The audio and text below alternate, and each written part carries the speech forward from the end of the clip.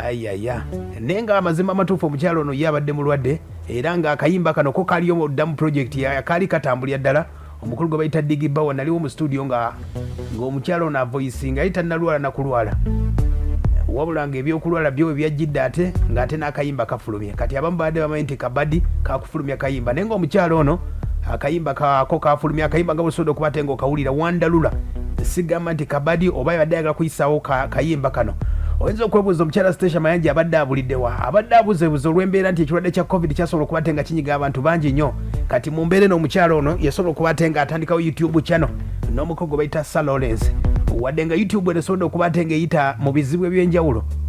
olw'embeera nti abazannyi ab'enjawulo badde bamuddukako Stecia Mayanja olw'engabana nga omanyi nti YouTube esasula akasente kati omukyala Stecia Mayanja y'omu ku bayimbi ba bandi ababuufu abasobola okuba te bali akasente mu nsonga ze bayita eza YouTube yasobola okuba te nga akola channel ye gye bayita Station the House Girl yatandikako n'omukyala gwe bayita Kakyapiso waliwo n'omukyala omunenenene awo yasobola okuba te nga akola naye akadde kano nalabyeko ku episode ye neesembyeyo ndowooza kati alina omukyala gwe bayita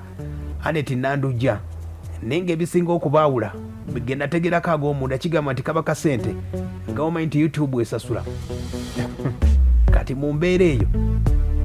asobodde okuba ate nga ayita mu kusoomozebwa kungi nnyo Stecia Mayanja n'asobola okuba ate nga akadde kano ekintu asobodde okuba ate nga akiwanise era asobodde okuba ate nga akola auditions okuba ate nga afuna abaana banamuyambako okuzannya kubanga bali abasinga bamusingako mu mbeera eno manager we asobodde okuba ate nga yeebazizza abasobodde okuba ate bamubeerewo Stecia Mayanja omukulu gwe bayita Sir Lawrence n'ategeeza nti bingi nnyo ne bagenda okuba ate nga bongera abantu abawagizi baabwe abawagizi b'omuyimbi Stecia Mayanja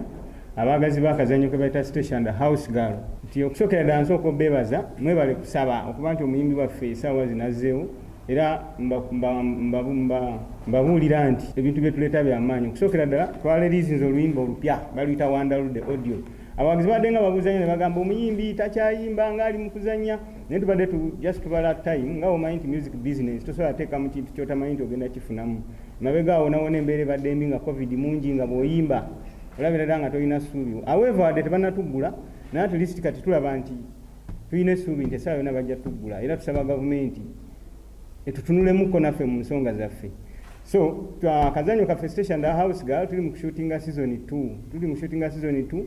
already twadde tushootinzeeko abafollowing mwalabye ku promo gye twataddeyo kitegeeza nti omuyimbi azzeewo ali bulungi nnyo aya basi yembeera basobodde okuba ate ng'etambula babadde mu press conference nga bagala okuba nti bategeeza abantu bonna abadde batambuza ebigambo nga bamanyi Stecia Mayanja oba atambuza kayimba kano wabula ye n'abategeeza embeera ya Mukama nga bw'ategeka okulwala okwajjira ate nga n'akayimba ko kali mu studio nga kafulumya ate nga balina okuba ate nga bakafulumya kati mu mbeera eyo n'asobola okuba ate nga yazze okuba ate nga bategeeza nti yassuuse obulwadde era n'akayimba n'akasumulula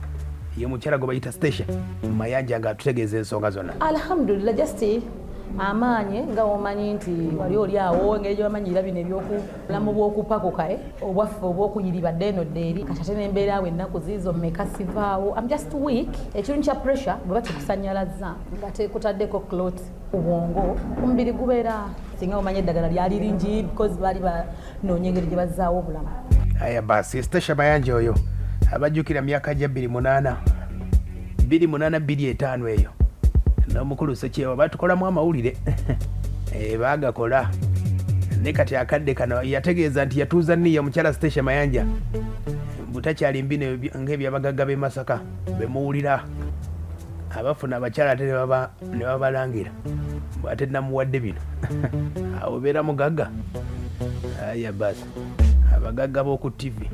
aya basi Stecia Mayanja agambye ye akyali mufumbo abagamba nti si mufumbo mu abamanyi biru y'erisigu tetwagiwulira namuwadde middeko munange mwami wange omulungi omubwati babyogedde ebigambo naye muneffe tetwagala kumanya nembaga muve mu ŋŋambo tebankukutirako eno ndi mukazi wa kitiibwa mashallah so nkyalina omwami wange oyo ate tagenda kuvaawo aya basi ategeeza basi mubiru abasi mubiru mu mwaka wa 2015 abajjukira obulungi wadde abamu badde bagamba nti oba bayawukana Sekyewa nti yakomayo naye yategeezeza embeera nga bwetambula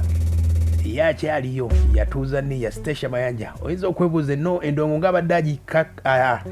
nga takyagiyimba abadde embuza nnyo bwe bayita series bufulumira ku YouTube account ye gye bayita Stecia and the House Girl. Byebimu ku ebyo byasobodde okuba nga bitambula, nategeeza nti bingi nnyo ebikyajja era ng'akyalina enteekateeka nnyingi nnyo gyagenda okuba ate nga batuusaako omukyala we gwe bayita Stecia Mayanja.